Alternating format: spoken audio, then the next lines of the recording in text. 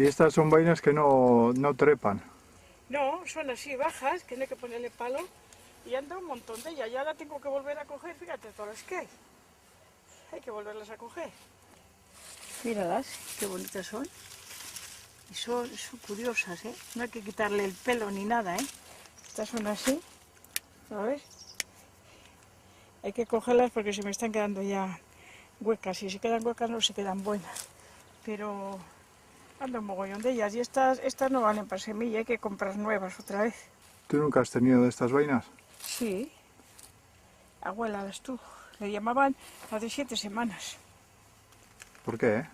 Porque dan en 7 semanas y hay que cogerlas pronto. Dan enseguida, hay que cogerlas pronto porque si no se quedan muy duras. Si se quedan duras, no hay que las coma, desde luego. Creo que hay amarillas y verdes. Sí. ¿Y esas? Este solo salió uno verde. Pero antes eran verdes y le llamaban de 7 semanas. Y luego había otras también que le llamaban de la hoz, que eran así retorciditas, que también había que cogerlas pronto.